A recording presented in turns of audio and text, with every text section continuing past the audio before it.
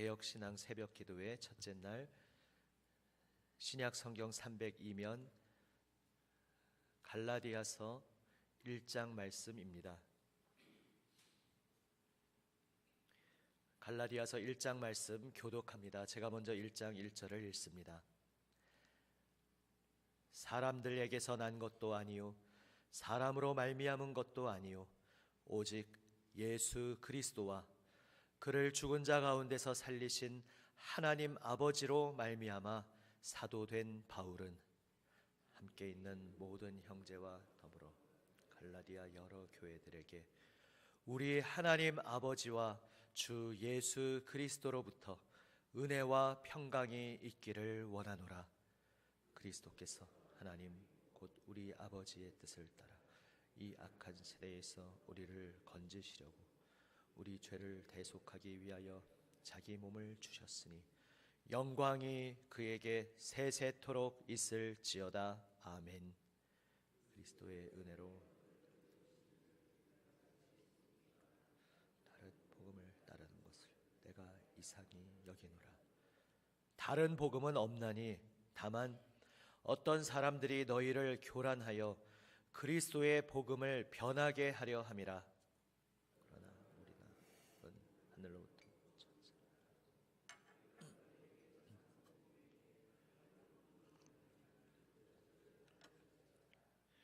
우리가 전에 말하였거니와 내가 지금 다시 말하노니 만일 누구든지 너희가 받은 것 외에 다른 복음을 전하면 저주를 받을지어다. 이제 내가 사람들에게 좋게 하나님께 좋게 하랴. 사람들에게 기쁨을 구하랴. 내가 지금까지 사람들의 기쁨을 구하였다면 그리스도의 종이 아니니라.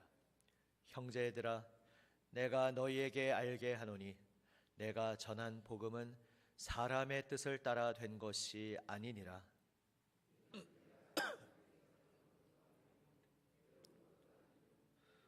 예수 그리스도의 계시로 말미암은 것이라.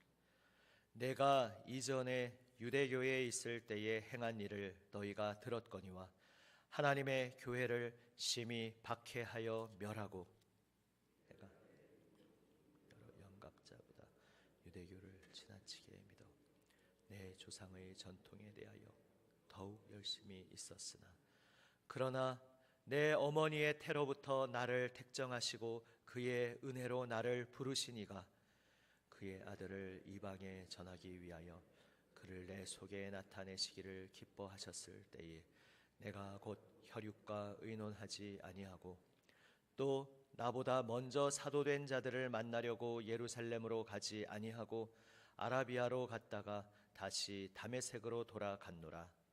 그 후 3년 올라가서 그와 함께 15일을 머무는 동안 주의 형제 야고보 외에 다른 사도들을 보지 못하였노라. 보라, 내가 너희에게 쓰는 것은 하나님 앞에서 거짓말이 아니로다.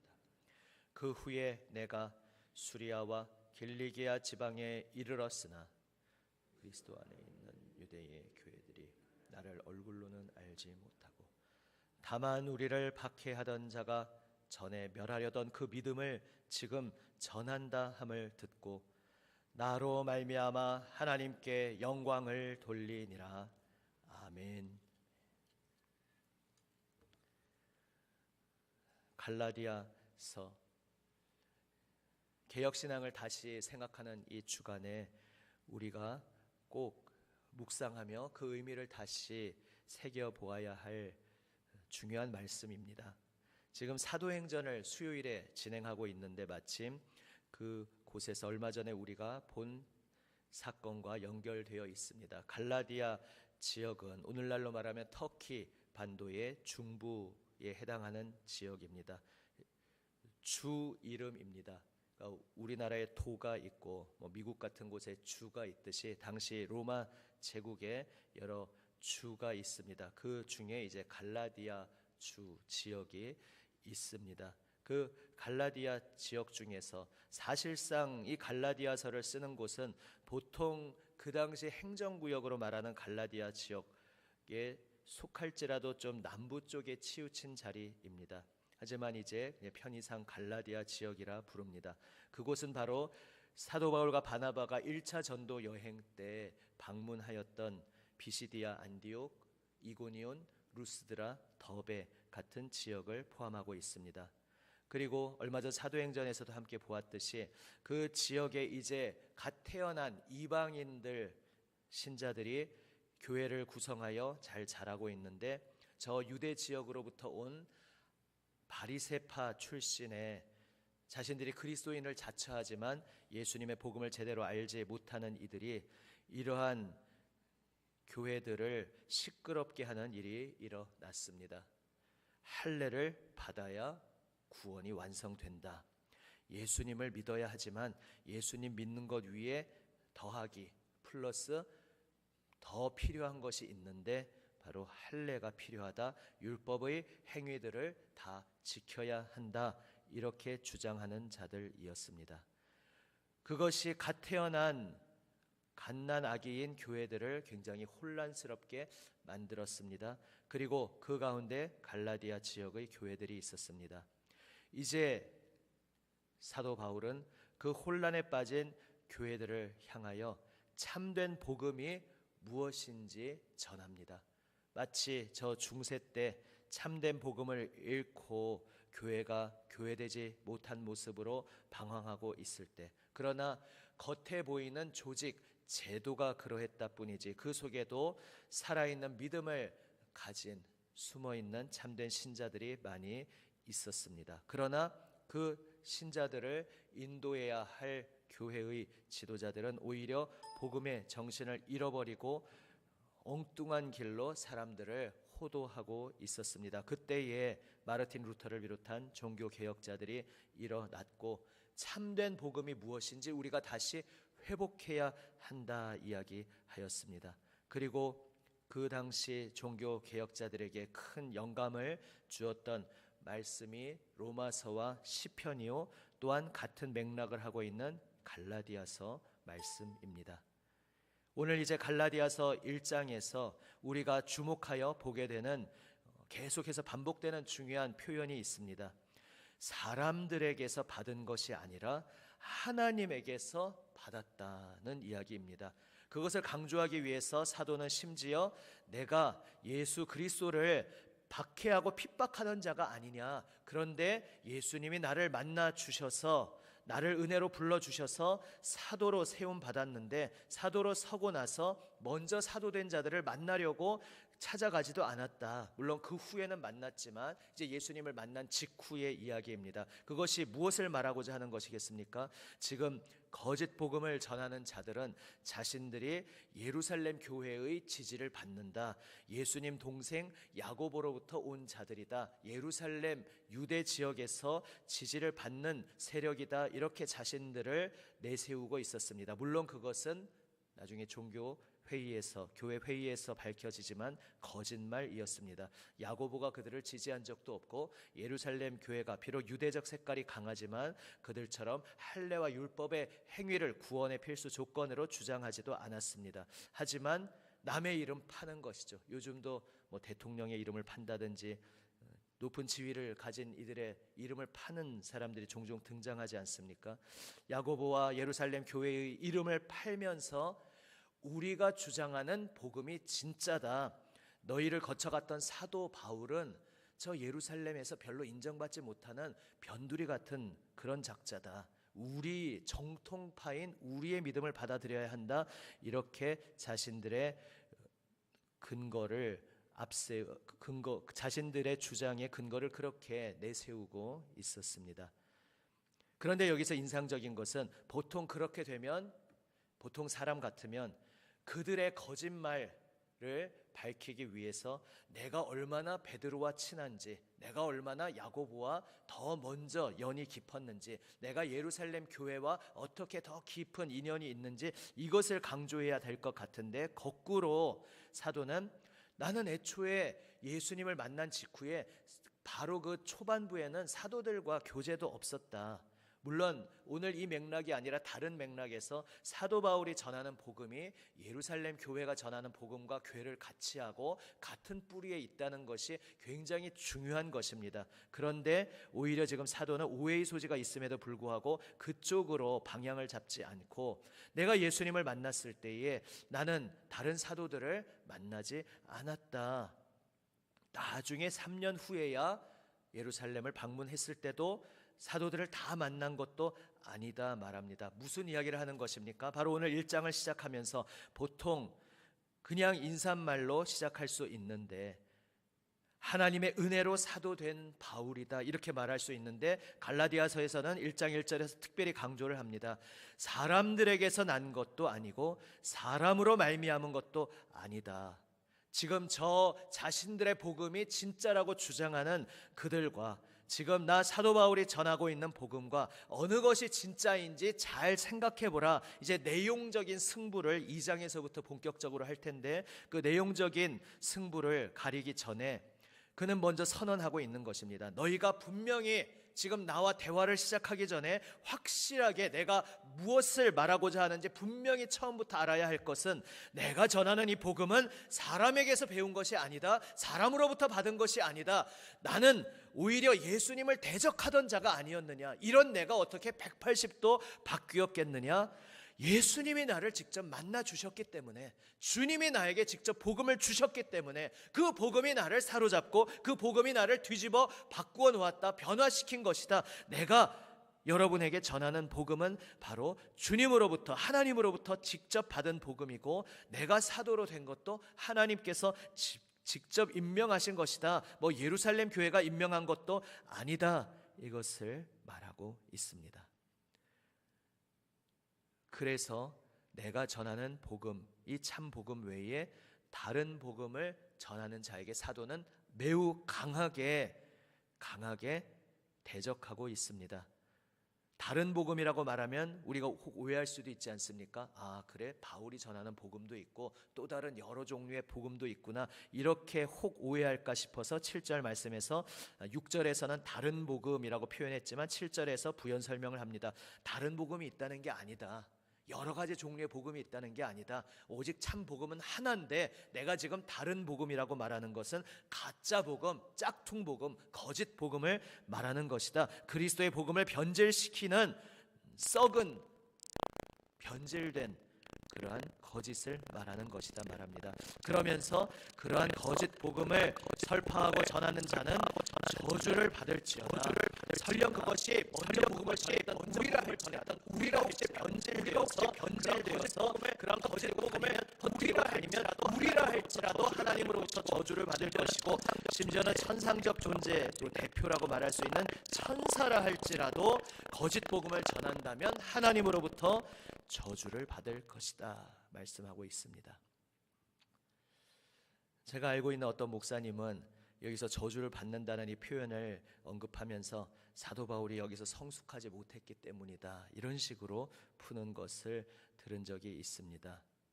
왜냐하면 그분의 신학은 사도 바울의 신학과 예루살렘 교회 베드로를 비롯한 예수님 직접 따라다녔던 사도들의 복음을 대결시키는, 거기에 뭔가 좀 다른 점이 있다는 것을 강조하는 신학을 가지고 있기 때문입니다. 잘못된 신학입니다. 여기에 이 장면을 사도 바울이 인간적으로 미성숙해서 함부로 저주를 막 선포했다가 나중에 성숙한 후에는 사랑의 사도가 되었다는 것은 성경을 완전히 곡해시키는 것입니다. 처음부터 끝까지 예수님도 사랑을 말씀하시고 사랑을 실천하시지만 그것이 거짓까지 다 포용하는 사랑은 아닙니다. 사랑은 진리에 뿌리 내린 사랑인 것입니다. 오늘날 우리가 여러 가지 다른 종교와 함께 공존하고 있습니다.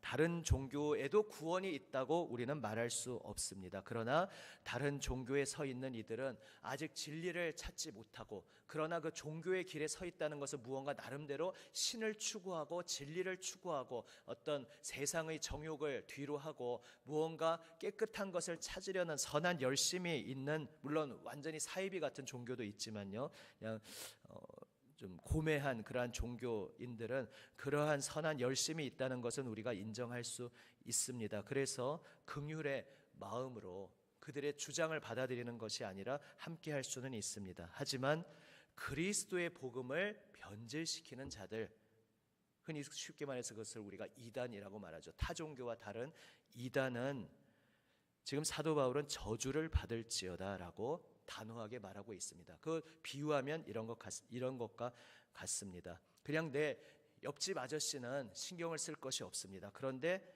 우리 집에 들어와서 나에게 너희 부모가 사실은 너에게 사기치고 있는 것 알아? 하고 말하면서 부모와 자녀 사이를 이간질시키려 한다면, 부모에 대한 거짓 정보를 퍼뜨려서 자녀를 현혹시키려고 한다면 그 자는 형제 자매로 우리 계속 교제를 나눕시다라고 이웃으로 받아들일 수 있는 존재가 아닙니다. 사랑하는 연인이 부부가 함께 걸어가는데 그 사이에 끼어들어서 그 틈을 균열시키려는 이간질시키는 자, 상대방에 대해서 불신과 오해를 조장하는 그런 목소리를 내는 자는 단호하게 끊어내야 합니다. 그래서 사도는 지금 저주를 받을지어다 단호하게 선언하고 있습니다. 이제 거짓 복음이 도대체 무엇이고 그것과 반대되는 참 복음이 무엇인지는 이제 앞으로 함께 차차 나눌 것입니다. 오늘 우리가 1장에서 한 가지 주목할 것은 참된 진리를 붙잡고 우리가 걸어가야 함이 이토록 중요하다는 사실입니다. 좋은 게 아닙니다. 특별히 우리는 지금 포스트 모더니즘 시대에 참된 절대 진리란 없고 그냥 사람들을 해치지 않으면 다 나름대로 자기가 생각하는 것이 진리다라는 그러한 상대주의의 시대를 살고 있습니다. 물론 절대 진리를 주장하다가 거기에서 선을 넘어서 인간적인 그러한 것으로 무작정 획일화를 시키던 시대를 우리가 거쳐왔습니다. 그것에 대한 반작용으로 지금 상대주의가 나오고 있기 때문에 그 상대주의를 전하고 있는 이 시대가 예전에 짝퉁 절대주의, 변질된 절대 진리주의에 의해 어떤 상처를 받았고 어떤 그 상처 속에서 발버둥 치면서 상대주의를 말하는 것인지 사실 우리가 이해하고 긍휼로 접근할 필요는 있습니다. 우리가 그저 무조건 우리는 절대 진리인데 이 세상은 악하게도 상대주의를 말하고 있다, 상종도 말아야 한다, 이렇게 하는 것은 아닙니다. 그 상대주의가 나온 역사적 맥락을 알아야 합니다. 그래서 참된 신앙의 그리스도인들은 역사적인 지식을 또한 가지고 있어야 합니다. 그렇게 긍휼로 다가가나 그러나 상대주의를 주장하는 이 시대의 주장에 우리가 휩쓸려 갈 수는 없습니다. 절대 진리는 여전히 존재합니다. 예수 그리스도의 복음, 그분이 우리를 위해 생명 내어 주셨고 우리에게 유일한 참된 구원을 주셨다는 절대 진리를 우리가 붙잡아야 하며 그 절대 진리를 흔들고 예수님이 어떤 분이신지를 왜곡시키고 예수님을 엉뚱한 존재로 탈바꿈시키는 그러한 거짓 주장을 우리는 단호히 배격해야 합니다. 그것은 대놓고 저 바깥에 있는 신천지나 구원파 같은 그러한 이단에만 있는 것이 아니라 제가 말씀드리듯이 교회 안에 침투해 있는 영광의 복음, 물론 그리스도는 영광스러우신 분이고 우리를 영광의 길로 인도하시지만 왜 그 거짓 주장을 영광의 복음이라고 말하느냐? 십자가의 복음은 삭제해버리고 영광만 붙잡기 때문에 별명이 영광의 복음입니다. 예수 그리스도 믿으면 복받고 잘된다, 여기에만 초점을 맞추고 주장하고 있는, 그래서 지금 교회를 잠식하고 있는 그런 신학의 밑바탕이 되면 세습이 나오고 별 희한 망측한 것들이 다 나오는 것입니다. 거짓 주장을 따라가다 보면 내가 거짓의 존재가 됩니다. 오늘 나는 참된 복음을 제대로 붙잡고 있는지 나 자신을 돌아보기 원합니다. 오늘 본문 말씀 4절 말씀과 같습니다. 사도 바울이 인사를 하는 듯 하지만 그 인사 속에서 복음의 핵심을 전하고 있습니다. 어제 오후 때는 복음이 무엇인가 제가 요한복음 15장의 언어로 말씀드렸지만 오늘 갈라디아서의 언어로는 복음이 무엇인가 이렇게 우리가 고백할 수 있습니다. 1장 4절을 다시 한번 함께 읽습니다. 그리스도께서 하나님 곧 우리 아버지의 뜻을 따라 이 악한 세대에서 우리를 건지시려고 우리 죄를 대속하기 위하여 자기 몸을 주셨으니. 아멘.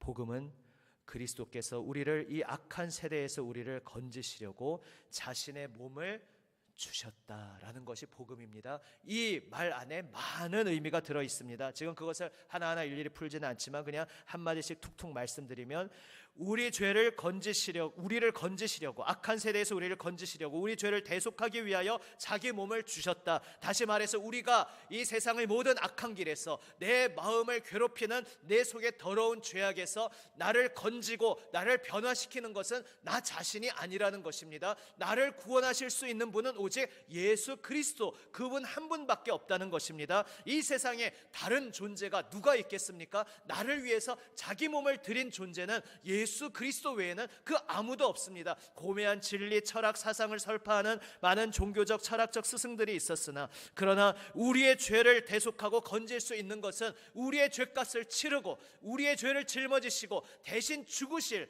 그런데 그분 자신은 죄가 없으신 그러한 존재가 필요합니다. 우리를 위하여 몸을 들이신 그 존재만이 우리를 죄에서 구원해 주실 수 있습니다. 바로 그분이 예수 그리스도신 것입니다. 이것을 오늘 다시 한번 믿고 내 마음의 확신으로 새기시기를 바랍니다.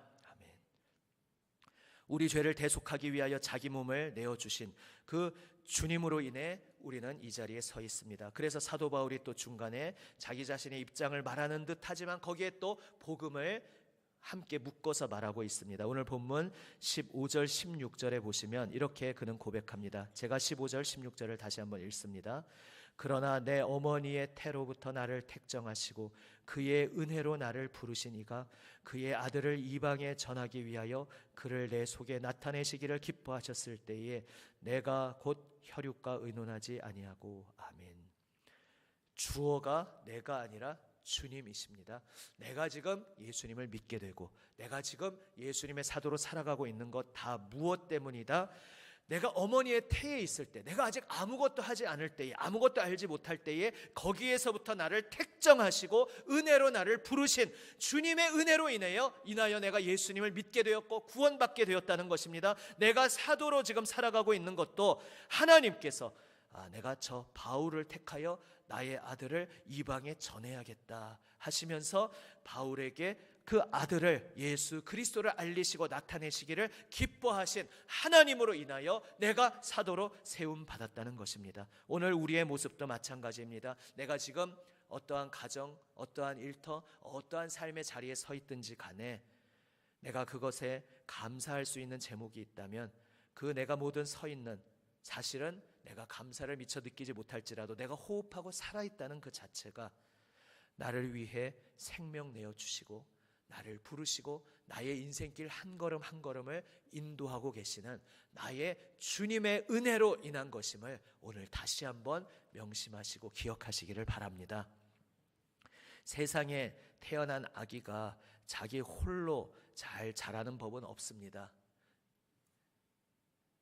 친혈육이든 또 여러 가지 상황이 다 다르시니까 친혈육이 아니든 누군가는 나를, 또 그의 진심이 정말 뜨거운 사랑이었든지 혹은 그냥 마지못해 하는 의무감이었든지 어쨌든 누군가가 그래도 나 죽지 말라고 먹을 것 먹여주시고 입을 것 입혀주시고 했기에 우리가 오늘 여기에 서 있지 않습니까? 그 모든 배후에 하나님께서 계십니다. 우리가 여기에 서 있을 수 있는 것, 내가 오늘을 살아갈 수 있음은 어머니의 태로부터 나를 택정하시고 또한 하나님의 복음을 나에게 가르쳐 주시고 나의 모든 인생의 발걸음, 어떤 사람이든지 그 사람들을 통로로, 도구로 하여, 그들은 연약한 존재였다 할지라도 그들을 통로로 하여 나를 사랑하시고 나에게 온 마음을 주시고 나를 품에 안아주시는 하나님께서 나를 양육하시고 나를 돌보시고 나를 먹이시고 나를 기르시고 나에게 진리이신 예수 그리스도를 가르쳐 주시고 보여주시고 그래서 생명의 길로 인도하셨기에 처음부터 끝까지 하나님께서 한시도 나에게서 눈을 떼지 아니하시고 나를 주목하시고 나를 붙잡아 주시고 인도하여 주셨기에 오늘 우리가 여기 서 있음을 고백하며 오늘 이 하루 주님 감사합니다, 감사합니다 고백하는 우리 모두가 되시기를 바랍니다. 오늘 미션을 과제를 한 가지 드리겠습니다. 한번 조용한 시간을 내셔서 종이를 펼쳐놓고, 요즘 지난주부터 함께 하신 분은 조용히 앉아서 종이 펼쳐놓을 일이 많으시죠? 혹시 밀리셨어도 뭐 부담은 너무 갖지 마시고 하나하나 차근차근 해보십시오. 오늘 드리는 숙제는 종이를 펼쳐놓고 감사의 제목을 한번 적어 보십시오. 그리고 그 전후에 한번 갈라디아서 1장부터 6장까지 한번 통독을 해 보십시오. 전체 흐름이 어떤 맥락인지 먼저 보면서, 우리가 살아감 사람으로부터 온 것이 아니라 하나님으로부터 온 복음으로 살아가는 것이기에 우리는 늘 말씀을 붙잡고 살아야 합니다. 말씀을 놓치지 않고 살아야 내가 주님의 은혜로 살 수 있고, 갈라디아 교인들이 헷갈렸던 그런 잘못된 길에 빠지지 않고, 내가 구원받음도 전적으로 주님의 은혜요, 내가 살아있음도 주님의 은혜임을 우리가 말씀을 붙잡고 살아갈 때에 더욱 날마다 발견할 수 있으며, 바로 그 속에서 우리는 진정 감사하는 삶을 살아갈 수 있습니다. 그래서 오늘 말씀을 꼭 붙잡자는 의미에서, 마침 갈라디아서를 시작하는 첫날이니까 오늘 한번 시간을 내어서 뭐 깊이 묵상 안 하셔도 됩니다. 그냥 전체 흐름을 1장부터 6장까지 한번 통독해 보시고, 그리고 나에게 주님께서 베푸신 은혜에 대한 감사의 제목을 적어 보시기를 바랍니다.